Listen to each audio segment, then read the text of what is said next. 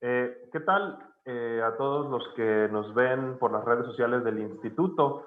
Mi nombre es Conrado Romo, director de la Unidad de Información de Gobierno, Seguridad y Justicia del IEC. El día de hoy estamos de manteles largos, nos ven por las redes sociales del Instituto, una invitada de primer nivel que nos estará platicando de su experiencia y de su trabajo en materia de feminismo de datos. Recordarles que este ejercicio, que estas charlas las estamos teniendo en el marco de nuestro laboratorio de visualización de datos llamado Glitch. Y antes de darle la palabra a nuestra invitada, déjenme platicarles quién es ella. Es Catherine de Ignacio, es una académica, artista, diseñadora y mamá hacker que centra su práctica en la tecnología feminista, la alfabetización de datos y el compromiso cívico. Ha dirigido hackatones enfocados en la justicia reproductiva, diseñando sistemas de recomendación de notas globales, creando esculturas que hablan y tuitean sobre la calidad del agua y encabezando visualizaciones de datos en forma de caminatas para evidenciar el aumento del nivel del mar. Con Rahul Bhargava creó la plataforma databasic.io, un primer acercamiento a la ciencia de datos mediante un conjunto de herramientas y actividades. En 2020, en coautoría con Lauren Klein, publica el libro Data Feminism, en el que traza una ruta hacia una ciencia de datos más ética y empoderadora. Su investigación se ubica en la intersección de la tecnología, el diseño y la justicia social. Ha sido publicada en diversos medios como el Journal of Peer Production y el Journal of Community Informatics. Además, ha participado en las conferencias Human Factors in Computing Systems. Su práctica artística y de diseño ha recibido premios de la Fundación Stein, Turbulence.org y la Fundación Knight, y ha sido exhibida en la Bienal de Venecia y la ICA de Boston. De Ignacio es profesora de Ciencias y Planificación Urbana en el Departamento de Estudios y Planificación Urbana del MIT. También es directora del Data Plus Feminism Lab, que utiliza datos y métodos computacionales para trabajar hacia la equidad racial y de género, particularmente en relación con el espacio y el lugar. Catherine, muchas gracias por aceptarnos la invitación y te damos la palabra. Bueno, muchas gracias a todos y a Conrado para la invitación. Voy a compartir la pantalla.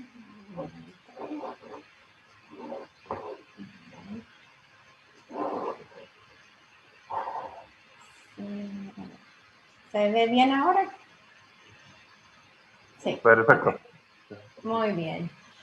Bueno, entonces ya como estoy presentada, no tengo que presentarme más, pero quiero decir que el libro Data Feminism, de que voy a hablar hoy, es un trabajo colaborativo con Lauren Klein, y ella es profesora en Emory University, y no está aquí hoy. Pero también quiero decir aquí que Data Feminism tiene acceso libre y abierto, así que lo pueden comprar. Es un libro físico, pero también se puede leer en, si vas a este enlace aquí, datafeminism.io. Vas a ver un botón que dice read the book, lee el libro. Y ahí te trae al libro que está gratis online. Y hoy voy a hablar un poquito sobre nuestras motivaciones por escribir Data Feminism. Vamos a cubrir la definición del feminismo que usamos en el libro, porque siempre tenemos preguntas, pero ¿cuál feminismo? ¿De quién es el feminismo? ¿Qué significa el feminismo de hoy? Así que lo vamos a cubrir. Y después voy a dar unos ejemplos de ciencia de datos que vienen del libro, pero una ciencia de datos que es informado por los principios del feminismo interseccional. Bueno, y espero tener más o menos 10 minutos para preguntas, conversaciones después. Bueno, nosotros vemos al Data Feminism como una parte de un creciente cuerpo de trabajo que está tratando de responsabilizar, hay unas palabras que son difíciles de decir en español, responsabilizar, pero es una palabra importante. Los actores corporativos y gubernamentales por sus productos de datos racistas, sexistas y clasistas. Tal vez ustedes conocen, porque hay unos ejemplos ahora que son muy famosos, sistemas de detección de rostros que no pueden ver a las mujeres de color, algoritmos de contratación que degradan a las CVs de las mujeres, algoritmos de búsqueda que hacen circular estereotipos negativos sobre las niñas negras, algoritmos de detección de abuso infantil que castigan a los padres que son pobres. Y cada día casi hay otro ejemplo de un algoritmo sesgado, un producto sesgado que está saliendo en la prensa. Y el hecho de que estos ejemplos sigan apareciendo es lo que nos motivó a escribir el libro. Y mientras que las corporaciones ven los datos como lo que dice aquí, el nuevo petróleo, y lo quieren decir, en eso lo tienen, aplican algo bueno a esta metáfora del nuevo petróleo. Están hablando del sentido de que los datos les parecen un recurso natural que puede generar ganancias una vez que están procesados, refinados. Y de hecho, muchas metáforas que usamos para trabajar con datos son metáforas de extracción, ¿no? De metáforas que aplicamos también a la empresa de petróleo, industria extractiva. Pero al contrario, las mujeres, y en particular las mujeres negras y las mujeres indígenas, las comunidades de inmigrantes, las personas LGBTQ y más, ellos ven este proceso, este mismo proceso, como la misma y vieja opresión. En vez de los datos que son el nuevo petróleo, dicen, los datos son la misma opresión que siempre, que hemos vivido siempre. La única cosa ahora que ahora tenemos algoritmos y bases de datos que ayudan a acelerar el proceso de sesgo, de discriminación. Y nosotros no somos las primeras en argumentar que la opresión social es real y es necesario que lo desmantelamos. Pero lo que explicamos en el libro es cómo el feminismo y el feminismo interseccional puede contribuir a esta conversación. Pero pongo aquí, aquí abajo, ves muchos ejemplos del trabajo que nos inspiramos mientras que estuvimos escribiendo el libro. Por ejemplo, trabajo de Safiya Noble, Virginia Eubanks, el periodismo de datos de ProPublica, Ruha Benjamin, Joy Buolamwini, The Algorithmic Justice League. Hay un libro precioso que se llama Indigenous Statistics, Estadística Indígena, escrito por Maggie Walter y sus compañeros, que es fenomenal en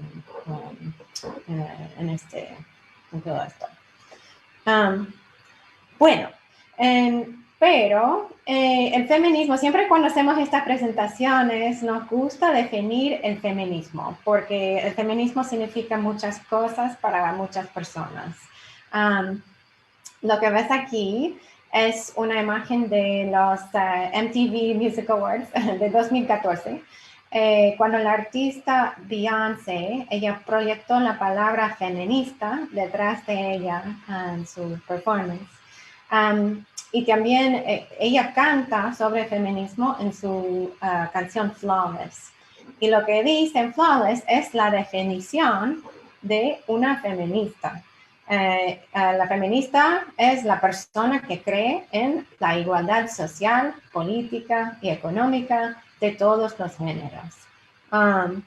de esta definición, lo que notamos es que el feminismo es una creencia, ¿no?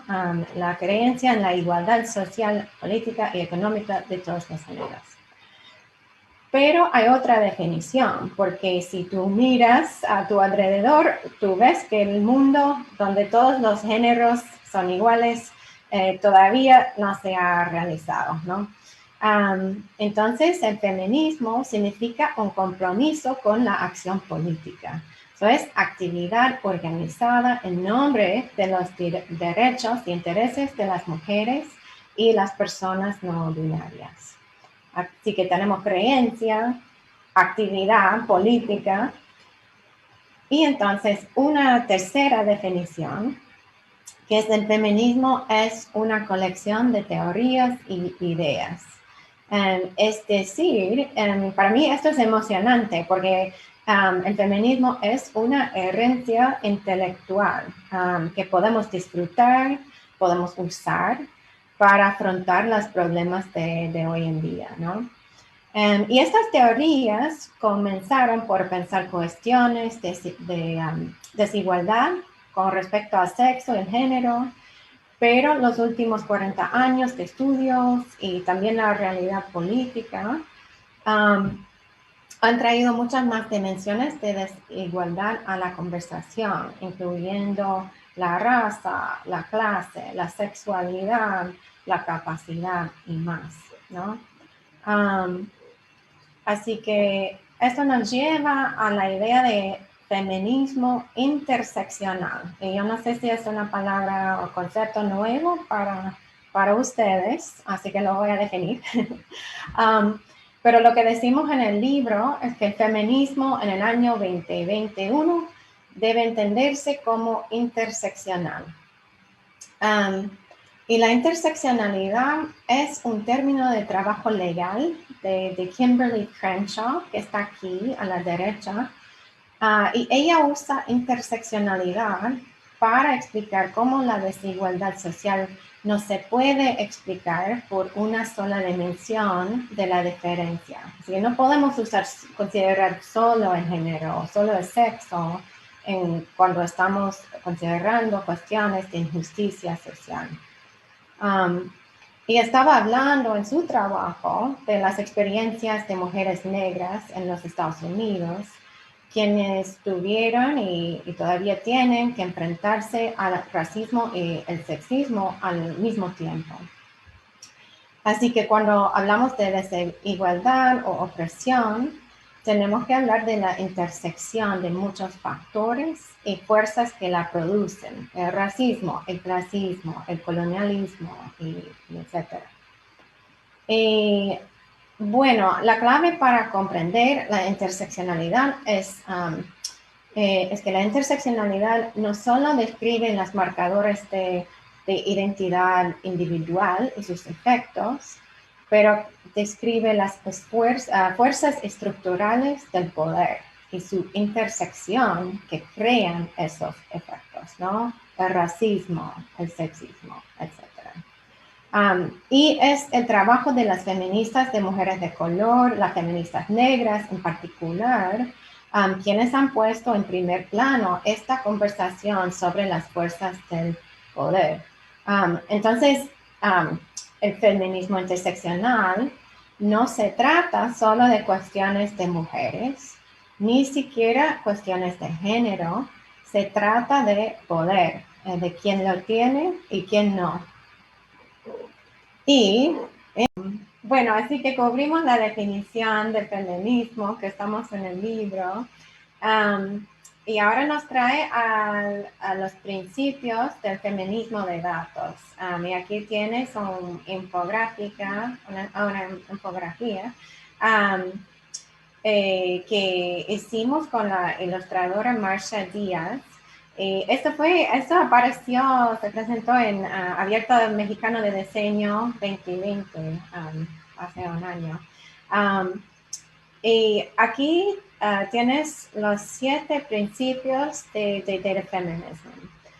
Y lo que hicimos para crear estos principios fue mirar mucho trabajo feminista tras muchos campos de academia y activismo.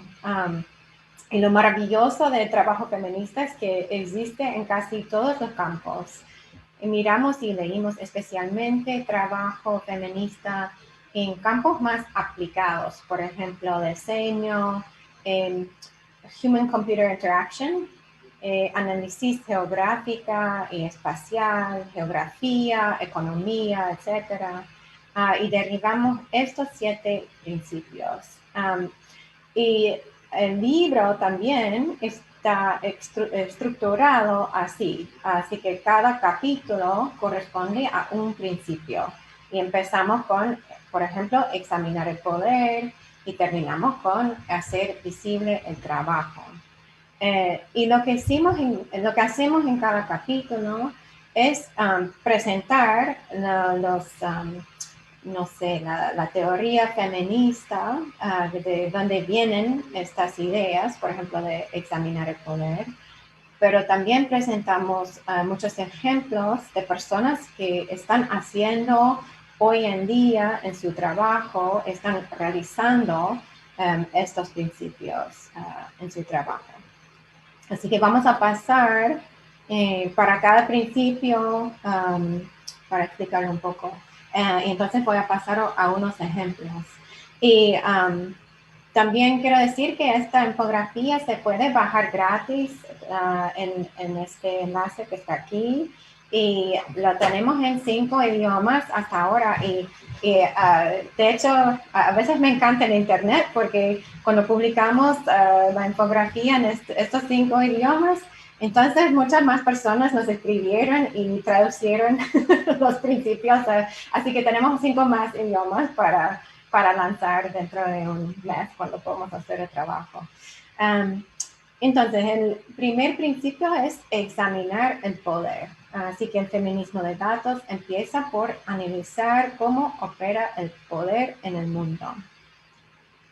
Y el segundo es desafiar el poder.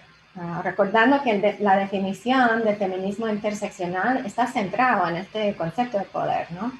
Así que el feminismo de datos se compromete a desafiar las estructuras de poder desiguales y a trabajar por la justicia.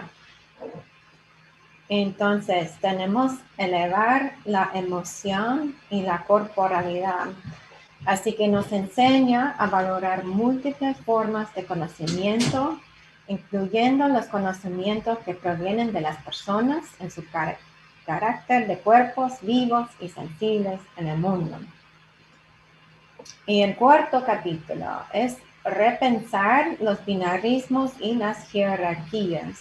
Así que nos obliga a desafiar el binarismo de género, así como otros sistemas de cuantificación y clasificación que perpetúan las opresiones. El 5 es adoptar el pluralismo. Insistimos en que el conocimiento más completo surge de sintetizar múltiples perspectivas, priorizando los saberes locales, indígenas y experimentales.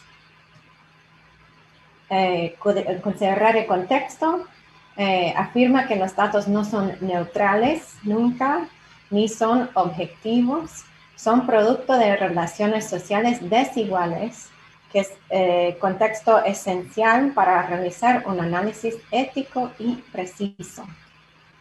Y finalmente, hacer visible el trabajo de ciencia de datos, como todo trabajo en el mundo, es trabajo de muchas manos. Y el feminismo de datos hace visible esta labor para que pueda ser reconocida y valorada. Lo que está en nube no es todo solo máquinas, ¿no? Bueno, ahora voy a pasar a unos pequeños ejemplos de estos principios en acción. Y lo que tratamos de hacer en el libro es ilustrar estos principios con proyectos de muchos campos de trabajo. Por ejemplo, para el principio examinar el poder, hablamos de proyectos como la Biblioteca de Conjuntos de Datos Extraviados, so the Library of Missing Datasets, como es en inglés. Es un proyecto de arte, de hecho, por Mimi Onuoha. Y datos extraviados o datos faltantes es como Onuoha describe los conjuntos de datos que una persona razonable podría esperar que existan, porque abordan problemas de necesidad social que son muy urgentes, pero por varias razones en realidad no existen. Por ejemplo, en su lista, ella tiene personas trans muertas o heridas en casos de delitos de odio. O otra cosa es personas excluidas de viviendas públicas debido a antecedentes penales. O para un ejemplo más actual, datos comprensivos sobre el género y la raza de las personas con COVID en los Estados Unidos. Y este es un proyecto de arte, lo ves, se presenta en este gabinete blanco a la izquierda aquí, y los archivos están etiquetados con los títulos de cada uno de los conjuntos de datos que faltan. Pero cuando los abres o sacas la carpeta, ¿no? La abres y está vacía. Y está vacía debido a la falta de voluntad personal, social, política o gubernamental. Y el punto aquí es que estamos hablando mucho en estos días de sesgos en los algoritmos, en los conjuntos de datos, y eso es muy importante hablar de esto, pero que también hay muchos sesgos en lo que elegimos no recopilar, en lo que decidimos poner recursos para recopilar y no recopilar, ya pone sesgo en el sistema, ¿no? Se refleja el sesgo del sistema. Ok. Pero ahora pasamos al segundo capítulo, que está enfocado en el principio de desafiar el poder. Y este es un ejemplo de México. Los feminicidios en México, creo que no tengo que explicar para ustedes lo que es feminicidio. En inglés sí lo tengo que explicar. Pero es datos sobre feminicidio en México y también en casi todos los países del mundo. Son otro caso de datos faltantes. Y en el libro contamos la historia de María Salguero, que ella resolvió dirigirse directamente hacia el problema y recolectar los datos faltantes ella misma. Y bueno, los feminicidios son asesinatos de mujeres y niñas, relaciones con el género, y están legalmente definidos como delitos en 18 países, incluido en México, pero el Estado no recopila datos sobre feminicidios de manera sistemática. Y se puede ver, bueno, el movimiento feminista en Latinoamérica es muy fuerte en este momento y ha puesto este tema en el debate público y se puede ver en el hashtag Ni Una Menos. Imagino que ustedes ya conocen todo eso, pero bueno. Bueno, María Salguero estaba frustrada por la falta de acción, así que ella ha compilado, sin mucha ayuda, el archivo más grande de feminicidios en México y ha estado recopilando desde el año 2015. Cada día, como recopila, es que cada día pasa de 2 hasta 4 horas registrando feminicidios en su mapa de Google, que ella ha leído, ella trae estos casos de leer los medios. Y con sus datos, ella ha ayudado a familias a localizar sus seres queridos, ha proporcionado datos a periodistas y ONGs, y ha testificado antes del Congreso de México en múltiples ocasiones. Y en el libro situamos esta práctica, porque resulta que, bueno, contamos solo la historia de María Salguero, pero en otro trabajo que estoy haciendo ahora, resulta que hay muchos grupos, colectivas feministas, grupos de sociedad civil, individuales como María, que están haciendo este trabajo de recolectar casos de feminicidio. Y en el libro lo nombramos, lo situamos como una forma de contradatos, ¿no? Contradatos feminista. Esto será la recopilación de datos activistas que interviene cuando el Estado y otras instituciones han fallado sistemáticamente en garantizar la seguridad básica de su población. Y eso representa una forma de utilizar los datos para desafiar el poder. Es importante decir que recolectar más datos no es la única manera de desafiar el poder, ¿no? Hay situaciones en que no quieres más datos o en que los datos que recopilas pueden hacer más vulnerables ciertas poblaciones, ¿no? Así que la respuesta no es siempre, ok, necesitamos más datos, ¿no? Oh, yeah. Quería decir aquí, bueno, María Salguero, está haciendo un trabajo súper importante, pero no es la única que está haciendo este monitoreo de feminicidios. En mi laboratorio, ahora en colaboración con Feminicidio Uruguay y una organización que se llama ILDA, Iniciativa Latinoamericana para Datos Abiertos, estamos haciendo un proyecto que se llama Datos contra el Feminicidio, y estamos haciendo entrevistas con estas activistas y grupos, estamos haciendo tecnología y estamos construyendo una red de estas activistas y grupos para fortalecer estas esfuerzos de contradatos. Y bueno, ¿cómo estamos de tiempo? Ok. Creo que voy a pasar ahora. En el libro también, esto será el principio, adoptar el pluralismo. Ay, otra palabra muy difícil. No, la palabra más difícil les quiero contar para los que hablan inglés es refrigeradora. Nunca puedo decir esta palabra. Ok, anyway. En el libro también hablamos de los esfuerzos de recopilación de contradatos, como el esfuerzo de AEMP, que es Anti-Eviction Mapping Project, que es de los Estados Unidos, y se traduce más o menos proyecto de mapeo contra el desalojo de San Francisco, que se puede ver aquí. Desde 2013, el AEMP ha trabajado en colaboración con organizaciones de derechos de los inquilinos y grupos comunitarios para recopilar y mapear datos sobre realmente la crisis de desalojos en el área de San Francisco. Y ahora es una crisis nacional por COVID, de hecho.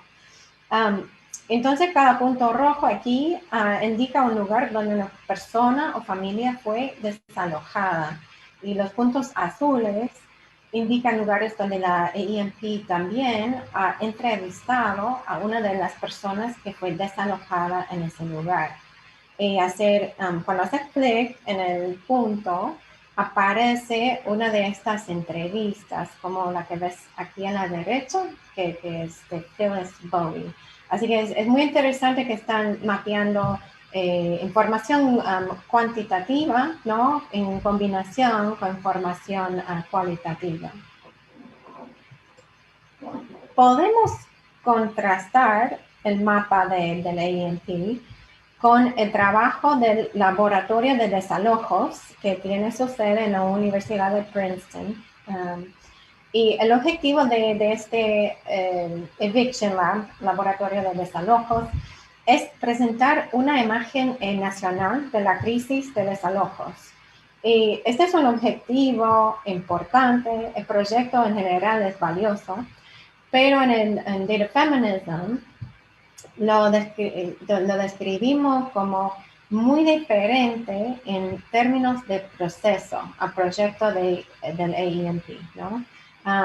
Los mapas de Eviction Lab se derivan de datos aparentemente más grandes y el mapa presenta una imagen aparentemente más completa del problema de los desalojos.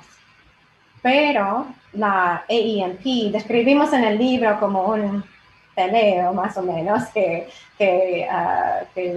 tomó lugar entre Eviction Lab y AEMP. Porque AEMP ha demostrado que las bases de datos inmobiliarias nacionales, como las que utiliza el Laboratorio de Desalojos, ellos subestiman significativamente los desalojos. Y en cambio, trabajando con las comunidades locales, el AEMP ha recopilado datos un poco más desordenados, pero muchos más completos, precisos y más contextualizados que los de Eviction Lab. Y eso es lo que se gana al abrazar el pluralismo. Bueno. Y el último ejemplo que quiero presentar hoy viene del capítulo sobre elevar emoción y la corporalidad, que es un capítulo que se trata de la visualización de datos. Bueno, los últimos ejemplos se han centrado mucho en la cuestión del poder y personas, pero otra idea importante que proviene del feminismo se relaciona con lo que los teóricos llaman estructuras de poder, y más específicamente estructuras binarias que están definidas por una distinción entre dos grupos. La teoría feminista ha ayudado a mostrar cómo estas distinciones binarias suelen ocultar una jerarquía, y podemos ver esto si tomamos la distinción entre la idea de hombre y la idea de mujer. Este es un ejemplo de, primero, un falso binario, porque ya sabemos que tenemos más que dos géneros, ¿no? It's proved, ya está hecho empíricamente. Y dos, el binario de género está escondiendo una jerarquía, porque por supuesto no estamos así, sino que el hombre está aquí y la mujer está aquí, ¿no? Así que lo que dicen las teoristas feministas es que cada vez que se encuentra con un binario, tenemos que desafiar este binario, porque suele esconder una jerarquía y suele ser falso, ¿no? Y eso es lo que exploramos en el capítulo sobre visualización entre el binario falso de la distinción entre razón y emoción. En un contexto anglo-occidental, nos ha enseñado que la razón es mejor que la emoción. Y vemos que esto se manifiesta en los datos y en particular en la visualización de los datos. Las mejores prácticas para la visualización de datos dicen tenemos que tener un diseño limpio, una estética minimalista, presentar solo los hechos. Pero en el capítulo, digamos, bueno, ¿y por qué? ¿Por qué son nuestras mejores prácticas, ¿no? Especialmente cuando la investigación en visualización, la ciencia de visualización, ha demostrado que interpretamos estas elecciones estéticas con la misma emoción. Así que, ¿qué pasa preguntamos, cuando usamos visualizaciones que deliberadamente aprovechan la emoción. Esto es lo que exploramos en el capítulo. Así que las imágenes grandes y negras que se ven en la parte superior son en realidad capturas de pantalla de una visualización animada que se llama US Gun Deaths. Y están presentando el número de muertes relacionadas con armas de fuego en los Estados Unidos. Este es en el año 2013.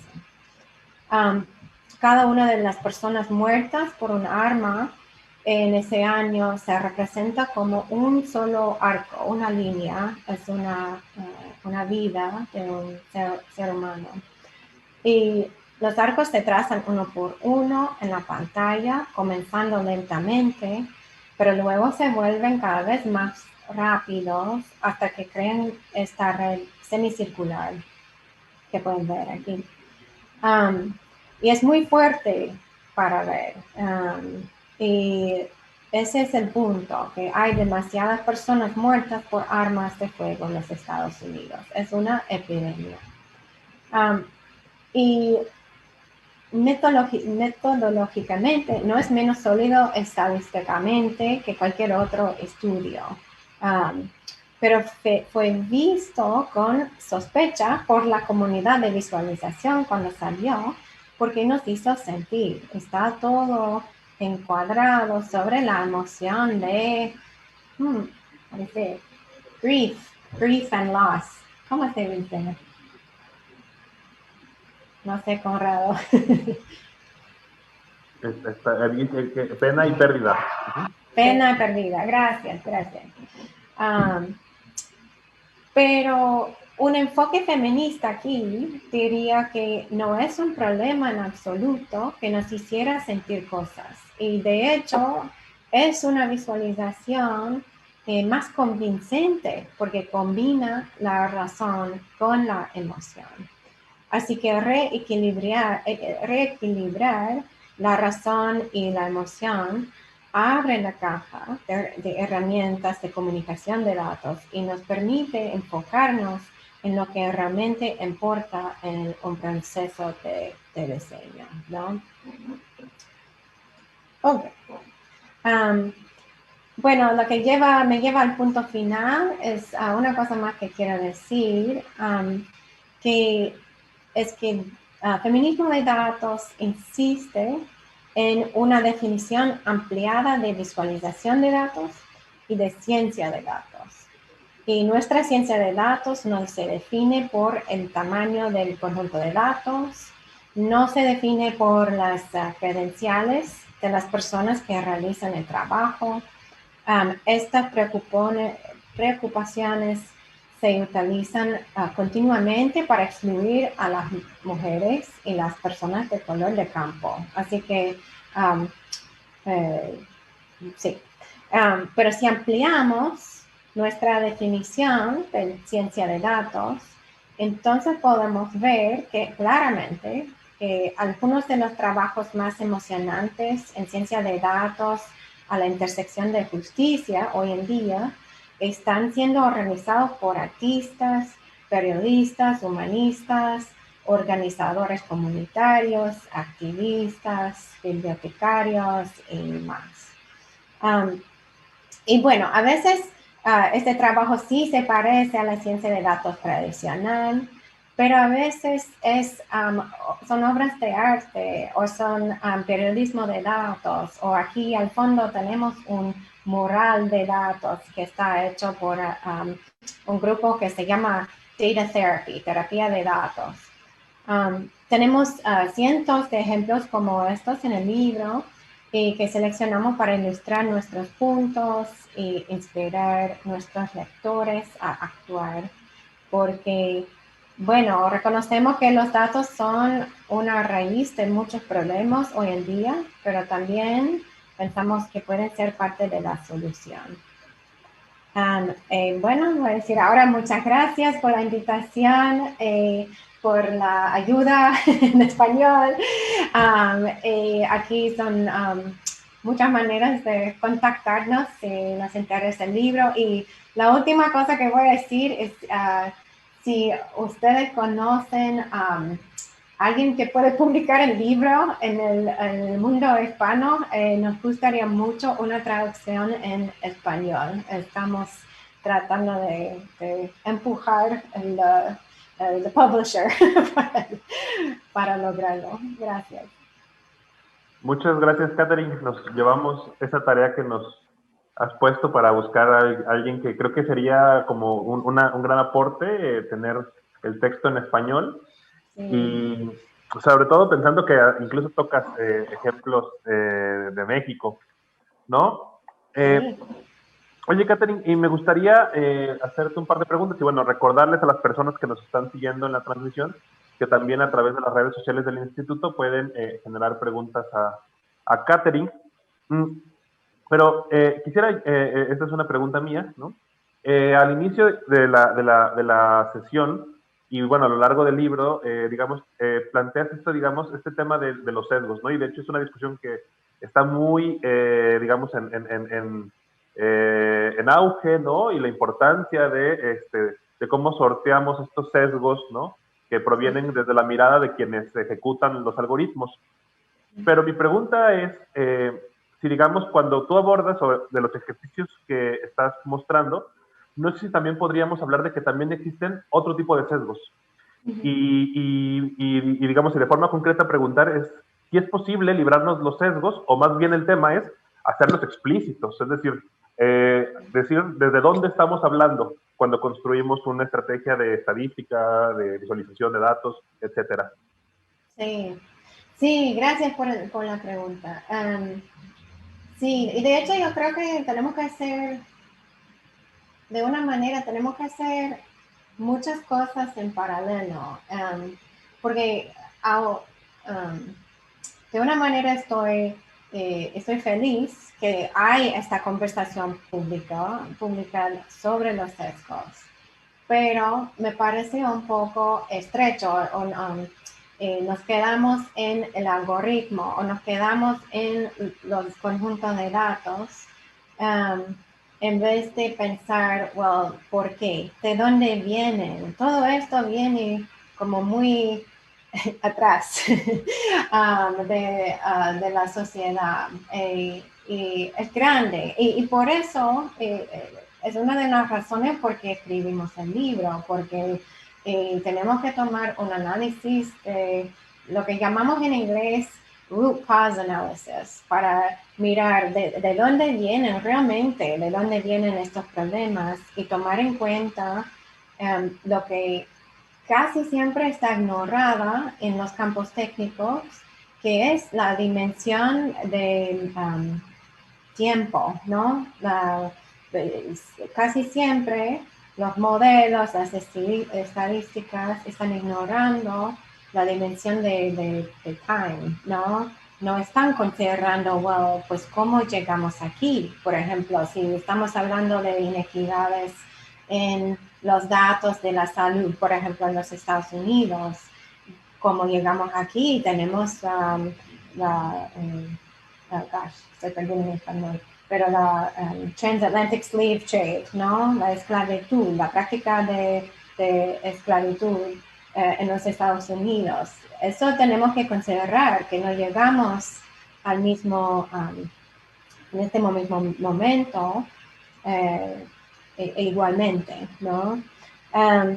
Así que el libro a la vez es una manera de agrandir la visión de lo que es, lo que consideramos como sesgado, ¿no? Y identificar muchos lugares en que podamos trabajar para combatir los sesgos, porque no solo tiene que ver con los modelos o con los algoritmos, although es bueno trabajar ahí también, pero también tiene que ver con los sesgos del campo, el hecho de que el 12% de los investigadores de inteligencia artificial son mujeres, por ejemplo. El nivel de graduados en ciencia en informática en los Estados Unidos por lo menos, está bajando desde los años 80, está bajando el nivel de mujeres que se están graduando en informática.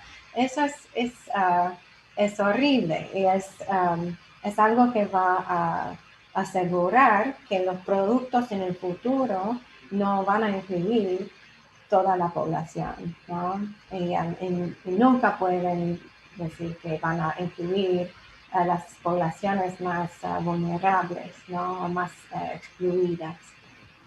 Oye, Catherine, y digamos desde tu experiencia y pensando que, bueno, tu práctica está en un espacio como el MIT, ¿no? Uh-huh.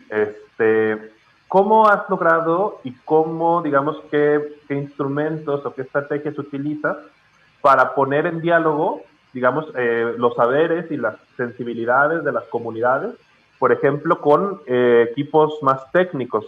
Pensando también, y bueno, aquí le mando un saludo a mis compañeros del instituto, ¿no? Que también, digamos, muchas veces las personas que justo están en el campo de la estadística, de la inteligencia artificial, de este tipo de temas, pues digamos, no necesariamente están, digamos, tan cercanos a este tipo de discusiones, a este tipo de problematizaciones. ¿Qué dificultades has tenido justo en construir estos puentes, ¿cómo llamar? Como epistémicos, ¿no? Sí, sí, sí.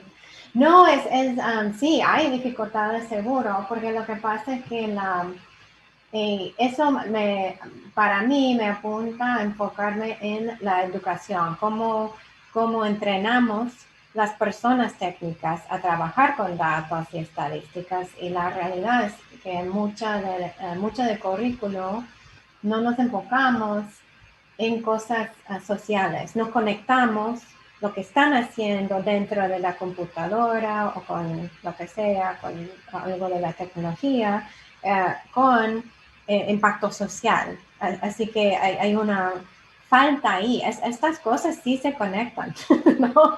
Y conectan en grandes maneras ahora, pero no estamos enseñando estas conexiones. Y eso viene de la manera en que enseñamos la informática, me parece. Pero yo creo que eso está cambiando y hay muchas maneras y hay muchos profesores que ahora que sí vienen de lugares técnicos, están entrenados en estadística, informática, matemática, pero en sus propias prácticas pedagógicas sí están ahora incorporando estos temas. Son maybe pocos ahora, pero sí hay modelos y sí hay ejemplos. Y creo que también los estudiantes quieren hacer estas conexiones porque quieren evitar ser una parte del problema, ¿no? ¿Quién quiere hacer, por ejemplo, yo soy una persona que a mí me encanta la tecnología, pero me da mucha pena de que que la tecnología ahora es una fuerza de um, como, como reinstalar los poderes desiguales, ¿no? Yo creo que la tecnología puede ser una fuerza para el bien social, ¿no? El bien público. Pero tenemos que importar otras ideas para que no pueda realmente realizar este trabajo. Así que yo creo que sí, las cosas están cambiando, pero a veces, bueno, las dificultades son personas que quieren que los campos técnicos realmente se enfocan en solo las cosas técnicas, que insisten que el técnico no tiene nada que ver con el social, esa manera de pensar. La otra dificultad realmente es dinero. Siempre viene con dinero, ¿no? Pero lo que pasa es que hay mucho dinero en la tecnología, como vemos con los big tech, como las empresas como Google, Facebook, etcétera. Así que hay pocas incentivas en el sistema realmente pensar lo que es la tecnología para la justicia, ¿no? Porque muchas veces donde está el dinero están trabajando para profit, ¿no? Para ganar más dinero. Y están muy poco incentivizados para realizar la justicia. Así que es no, es una manera en que el sistema está roto y es una dificultad que siempre vas a tener trabajando así, porque el dinero siempre va a estar aquí y tú estás aquí. Pues, Catherine, ya van a ser bueno, ya cumplimos la hora, así que pues creo que no me resta más que agradecerte enormemente. Creo que ha sido una aportación muy importante para el proyecto de Glitch, que es el laboratorio de visualización de datos del instituto, pero también creo que es un aporte muy importante para las discusiones que estamos intentando poner sobre la mesa respecto a la importancia de los datos, cómo pensar los datos y por qué deberíamos de problematizar los datos, contextualizándolos como lo dices. Entonces, no me queda más que agradecerte enormemente y ponernos en contacto, si encontramos alguien que ayude a publicar el libro, ¿no? Sí, Y seguir gracias. ahí intercambiando información y experiencias que creo que crear comunidad y red, creo que esto es lo que va a ayudar a justo esto que terminabas, ¿no? Ir generando más masa crítica que piense sobre estas cosas que estamos haciendo. Muchas gracias, Catherine. Sí, muchas gracias a ti, muchas gracias al laboratorio, un gusto y me gustaría estar en contacto. Sí. Maravilloso. Y gracias, y disculpa todos los problemas técnicos, los Ah, no, horarios, la caída del no, internet. todo bien. Va. Sí. Pues muchas gracias y muchas gracias a quienes nos vieron en redes sociales. Y bueno, nos vemos pronto. Chao, gracias, chao. Saludos.